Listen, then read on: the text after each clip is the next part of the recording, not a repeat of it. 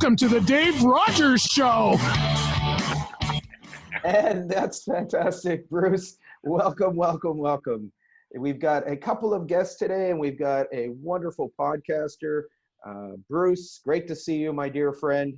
We're going to do a little bit to piece to camera, and then we're going to welcome some Q&A. I've put the questions actually in the chat so that our friends who might be visiting can either review it and then add a question. But what we're going to start off with is a little bit of catch up. What have you been doing lately, Bruce? Because I realize with a lockdown for a lot of people, it's meant that you have been busier than ever. So share a little bit about what's been going on in your podcast world, the calls you've been getting, and what's been new in your life.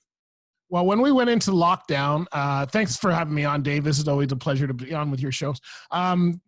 When I went into the lockdown, I thought there's all of these people that I cannot get hold of when they're busy, when they're working, they're traveling, they're doing all these things. So I said, the first thing I'm going to do is catch up on all of these interviews that, people are always. So I actually got about 2 months worth of shows done in March. Like I was already video interviewing all the way to the end of June because I was able to get people on the phone and we just did all the Zoom stuff.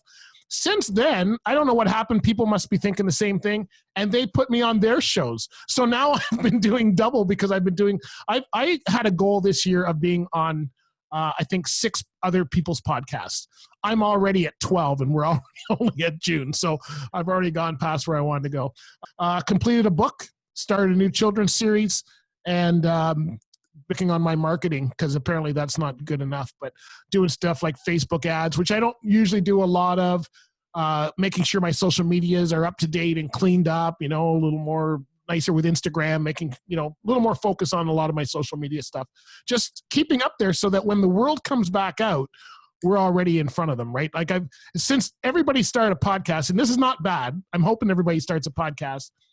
But since I've been doing it for 5 years, now that people have started a podcast, I need to be 5 years ahead of you so that you don't catch me, right? So it's things like investing in equipment, even my backdrop, which you can't see now because I'm using my bad, but I actually bought a big 65-inch TV, which is behind me, and it's actually on.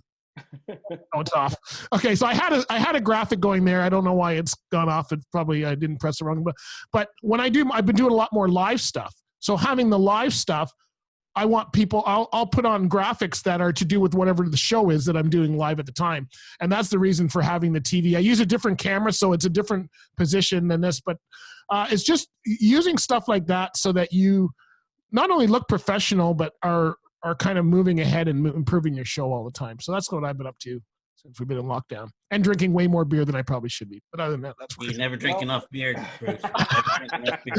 I like you already, Bill. We're good. Absolutely. So let's go through the little bit of the content, Bruce, and then we can have a little bit more Q&A with people and that. So from your experience of 5 years doing podcasting, and again, in the last 3 months, you've done a whole year of content, which is fantastic. What would be an ideal length of a podcast from your perspective? For me, it's 30 minutes. That's if most of the gurus will tell you around that time. It really depends on your show. So for trucking, one of my podcasts in the trucking industry, lots of people like to do 1.5, 2 hour shows because they think drivers are driving for 4 and 5 hours at a time, which is true. But I do my shows based on what I like to do. So I go to the gym every day for 1.5 hours. I listen to 3 30-minute podcasts or 1 hour podcast in the 30-minute, whatever it is. But I found, and most people who are experts in the field of your mind staying with you will tell you that after an hour, your mind shuts down and kind of moves on to something else. So even if you have a 2 hour show, are they really engaged in a 2 hour show? I have a lot of my shows that I follow are 1.5 hours. And I get through and they're not quite done. So I have to listen to like the next part the next day because I don't listen to podcasts in the studio. I'm busy doing other things. So that's, you can do your show whatever length you want. That's the nice thing about a podcast. I suggest 30 minutes. I try not to go over an hour for my own shows if possible. Super. And again, the answer, according to the marketplace, using TED as one example, and then the optimal time is between 18 and 22 minutes. So again, 30 minutes is what you're doing. Again, my favorite one is Joe Rogan, which goes into 2.5, 3 hours sometimes. But again, I don't listen to the whole thing. I listen to parts of it. And the way that YouTube works is they keep sending you back to the original position. Great. What's Yeah, the best? hold on, Dave. Before you go on, here's how you decide how long your show should be. It depends on your audience. Most people listen to podcasts while they're commuting. Right. So if somebody has a 30-minute commute to work and they're your audience, then that's probably what you should do, because then they will listen to your show going to work. If they're on the GO train, they might listen to an hour show. But if someone's got a 15-minute drive to work and wants to listen to your podcast, unless they're listening to it outside of the day, they may not listen to all of your shows. So really it depends on who your audience is as to how long your show is. As a general rule, I always stay with 30 minutes. Sorry to interrupt. No problem. Excellent. And this is the way I want to sort of go back and forth. And so what's the best day of the week from your experience? Okay. Again, if you listen to the gurus, they'll tell you Tuesdays, Wednesdays, and Thursdays. Stay away from Mondays and Fridays. I publish every day of the week. I started on Tuesdays. When I started my show as a weekly show, it was on Tuesdays. I was Tuesdays and Thursdays for the trucking one. I was Thursdays for my cashing in on creativity, which is for artists. The trucking one is pretty well every day of the week. There's something coming out, and I've had to move it. So main episodes are Monday, Wednesday, and Friday. The trucking one, the artist one is Thursdays, but I've moved that up. So now there's an episode coming out on Tuesdays as well. I hope that's really confusing. Why don't you say that again? So confusing to me than you've got one, which I've been really... Wait. Oh, wait. That's the wrong one. There you go. I had to turn it on. Too many buttons on this mixer is a problem. Sorry, I had to get that in because I think I confused myself. I'm not even sure I answered your question. Let's try it again. No, actually, you did say Tuesday, Wednesdays, and Thursdays traditionally are the best days. Yet you're suggesting that we can, again, tailor it to our audiences. Everything should be tailored to your audience. That's the first thing. If you, Bill, I know you're thinking about a podcast, I think, for junior hockey. Probably Saturdays would be best weekends, because that's when they're moving around. That's probably when they're engaged. If it's a business audience during the week, if it's something else like some other kind of audience that, it's more social, then maybe a weekend would work. I don't think it really matters because you can schedule it to come out whenever you want. So all my podcasts come out at 5:00 in the morning. If you look at the optimal time for a podcast, it's not 5 a.m. But the reason I have 5 a.m. is in the trucking industry, everybody's up at 5:30, 6 o'clock. So I capture all of those people. 2, I do my social media in the morning, usually around 6:30, 7 o'clock.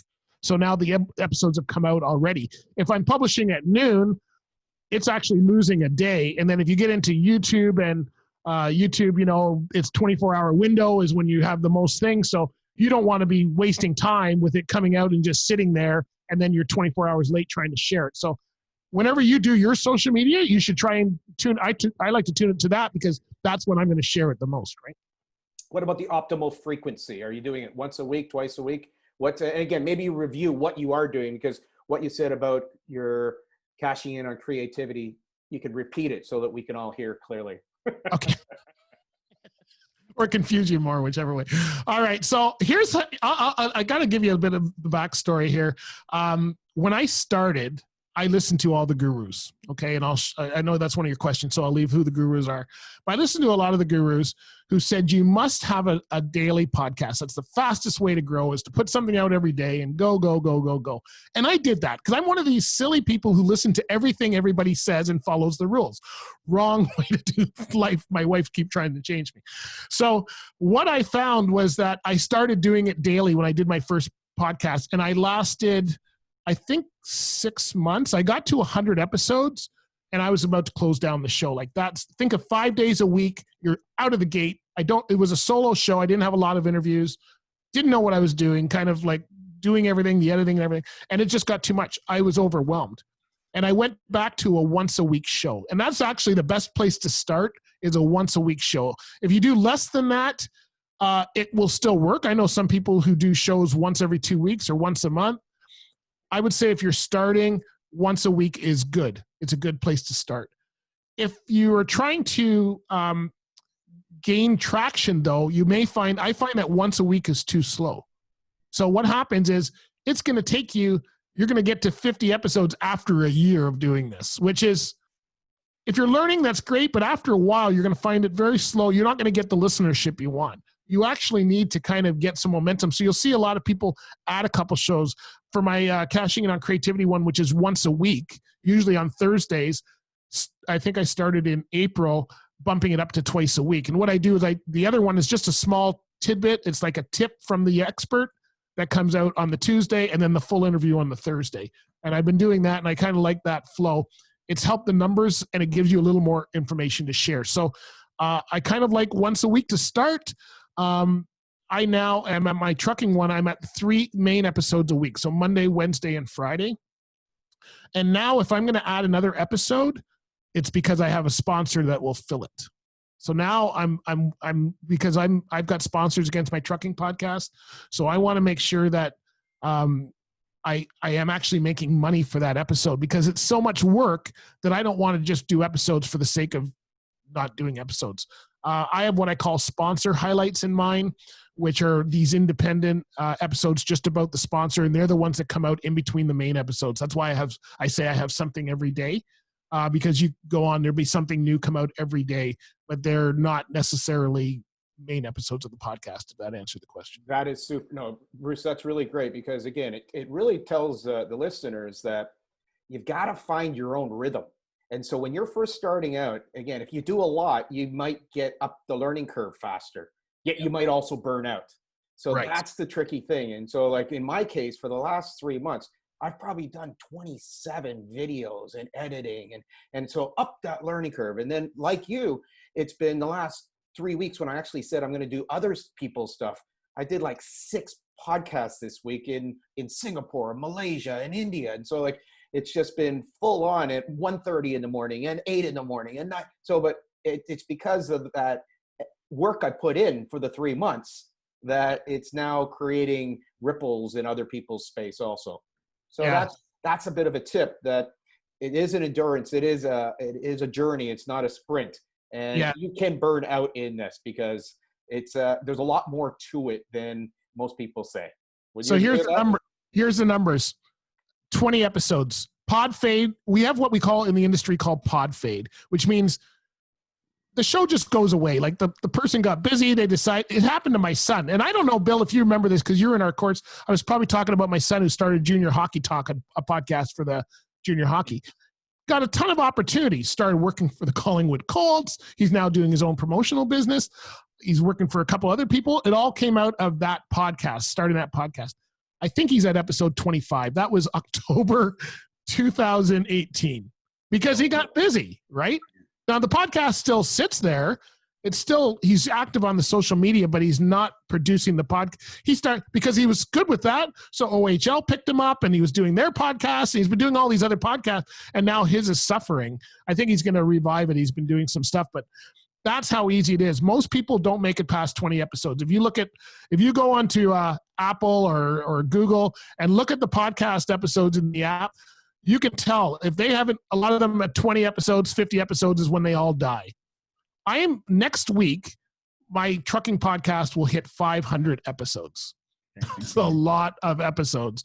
So you got to have the stamina. It was 2 years before I even made $1 off of this podcast. I did it 2 years for free, consistently, time, work, all of that kind of stuff. So if you don't have the time or the energy, or you don't think you can find the content for that, then I would maybe suggest you really look at this and go, is this really something I want to do? Maybe co-doing it with somebody else, co-working with somebody else is a better way.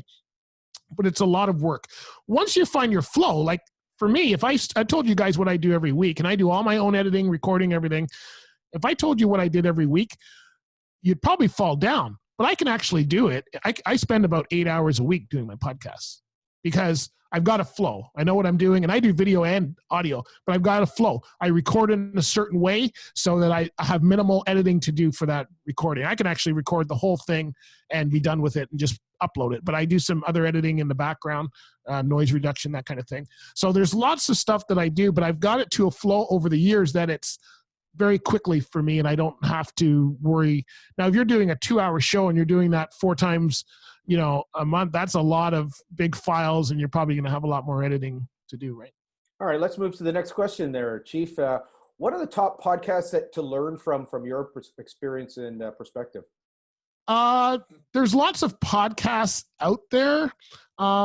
Is this the one where I'm supposed to tell you who I learned from, my gurus? Oh yeah, basically. I pretty well gonna ask. I think it's going to ask the same question, right? The two that are very popular, according to this article that I read, was Tim Ferriss, which again, the 4-hour work week, because he's very much into productivity and effectiveness.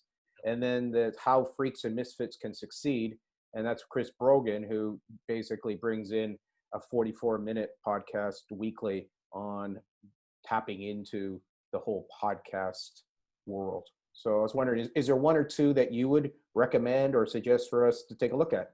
For me, it was Pat Flynn was the biggest one. I'm a big Pat Flynn. If you read my book, he's actually an inspiration. He's the reason I started podcasting. When I started my show, I was actually going to start a YouTube channel, but truck drivers aren't watching YouTube, hopefully. They're driving. And that's why I went with podcasts. But I didn't know what a podcast was at that time. So I just did that. So Pat Flynn's a big one. John Lee Dumas is probably one of the icons of the industry. He's got one called Entrepreneur on Fire. And he is probably, I think, one of the biggest earnings. He's a millionaire just from podcasting. And he's had all these guys on there. Flynn is spelt with a Y, just so anybody knows. But it's so those are the two that I listen to. I've kind of stopped listening to John Lee Dumas. Not that he's bad or anything. What happens is he's had a show that I think he's changed it now, but he had a show where it was the same questions to every guest, which are fine. But after a while, I find that gets tiring. I like this more informal, hey, let's make it up as we go kind of stuff, right? Because that's what I find interesting. So I like Pat Flynn's style. And a lot of this is how podcasting works. It's a lot about the host and their style. If you think about it, we got headphones on. You are in our ears. If we don't like you, if you've ever had a nagging spouse, I'll leave that way alone. If you've ever nagged, you go, oh my God, just shut them up, right? So podcasting is that way. It's very intimate. It's way more intimate than video because people are actually, you got in your headphones. It's like you're sitting there. So it's also easy to get tired of somebody. Even if you like them, you can get tired of them after a while. So that's why putting out too many episodes can be bad. I think John Lee Dumas is probably at about 2,000 episodes, probably more. And I could never catch up. I stopped listening, but he's very good. Pat Flynn, I like his style. Pat talks to you like if you're a friend, which I always like. He's very successful at it, but he's also got a nice demeanor. He's got a couple shows. He's got one called Ask Pat, and then his other one is Smart Passive Income is probably his main one that he started. And he's got one on food trucks and everything. He's a podcast guru. But he's also into other things, and he's into courses, but he's been a real inspiration for me. So I think those are the ones I would. And so would you have one or two tips for our newbies? You've met Bill again about 5 or 6 months ago. I heard your tip from the top of the station. The call was get started. Yes. Right. Is there a little bit more that you might be able to just illuminate or? Yeah. Don't follow any of the people I just told you. So don't follow Pat Flynn. Don't follow John Lee Dumas. Don't follow Joe Rogan. The reason of the industry. So if you're looking to see what they're doing, yes. If you're going to try and put out a show right out of the gate like they do, right off the bat, every day with the technology and stuff they have, then you're fooling yourself. You're going to actually be in trouble because they all have teams behind them that are doing the editing and all of this, which is so start where you're comfortable. Just start. Okay, that's the first thing, just start. But start where you're comfortable. Improve your show over time. So nobody goes from 0 to 100 and comes out with a perfect show. I still have up my old shows. You can go back and listen to episode 1. The audio was horrible. You'll see the graphics were horrible. I didn't even do video at that time. There's a lot of stuff that I've learned over time, and I'm not one of these people. People call me a perfectionist. I don't think I really am because I don't go back and correct what I've already got. Like it's out there, it's done. What I will do is I will learn from that, and the next show will not be that. I will fix that problem. And unfortunately, someone left a review for me 4 years ago on Apple Podcast and said, really nice taglines, but the audio was horrible. And at that time I was having audio issues, but I can't take the review down. So what review is showing there? That I've got horrible audio. And that was 4 years ago, and it's been fixed multiple times since then. So I don't worry about that stuff. I just keep going. I just try to make my show a little better by investing in equipment, investing in learning what I can do. And one of the things that I always do, a big tip that I follow it through everything, is I actually don't follow other podcasters. So if you think about it, and it's funny because I had an artist call me the other day that's in my genre and say, so what are you doing? What should I do to make my art better? First of all, if you're following somebody else in that genre, they may not be telling you everything because they don't want you to be their competition, depending on what your podcast is. But I follow radio shows. So I'm a podcaster, but how does a radio show keep your attention for 24 hours a day, playing probably the same 5 songs they play all day long, different hosts? How do they do that? That's what intrigues me. I'm going, what are they doing? I look at people like Boom 97 in Toronto. I go, what kind of games do they have? What do they have going that keeps their listeners coming back? How come I press Boom every time I get in the car for radio, when there's 100,000 other stations, and I like a lot of those other ones? It's because of either there's certain DJs that I like, or there's certain format to the show. And so I've modeled my podcast after radio. That's what I try to do. So if you think about it, if you listen to my podcast, you may go, why do you have a tune of the week at the end? I have a song in every one of my podcasts, and I could talk about music if you want, but I have a song in every one of my podcasts on both shows. They're all friends of mine. They're local musicians that have albums. They have their own music, so they're not just playing other people's music. And they've allowed me, I've got it in writing, that I could use their music. I don't use it on YouTube because YouTube is terrible for music. They copyright everything. And even podcasts, you have to be very careful, especially if you're playing lots of music. Spotify looks at that as competition. If you're on Spotify and you have multiple songs in your thing, they're saying, oh, you're now a music show, and they'll pull you down. So you have to be very careful with music. But if you think of how a truck driver I've got 30-minute episode. Let's say that a lot of my drivers, they download multiple episodes when they go on a trip. So let's say they're listening to 5-10 episodes. By having that song in there, think of it, it's like a radio station, right? Because the next episode just comes on. So they have an interview and all the ads or whatever. Then they have a song comes on. And then the next show starts with my intro again, goes back into another ad, back into another interview, back into another song. If you were to listen to that 5 times a day, I'm going to have different interviews on. I'm going to have different songs playing, and it becomes like a radio show for yourself. And that's how I look at my podcast. I don't look at it as a podcast. I look at it as a radio show or a media show or whatever you want to call it. It is a podcast only because it's pre-recorded. And the only reason I don't do a radio show is because and I don't know if you guys have thought about internet radio shows, but internet radio shows, you have to be on the same time every week. My schedule doesn't allow for that at this point anyway. So, all right. Well, that is the core of the questions that I had for you, Bruce. I'm going to thank you I'm going to break up our chat and invite some questions after this. But what I'm going to do is just say thank you very much. And I will restart with a recording in a moment. So let me just click.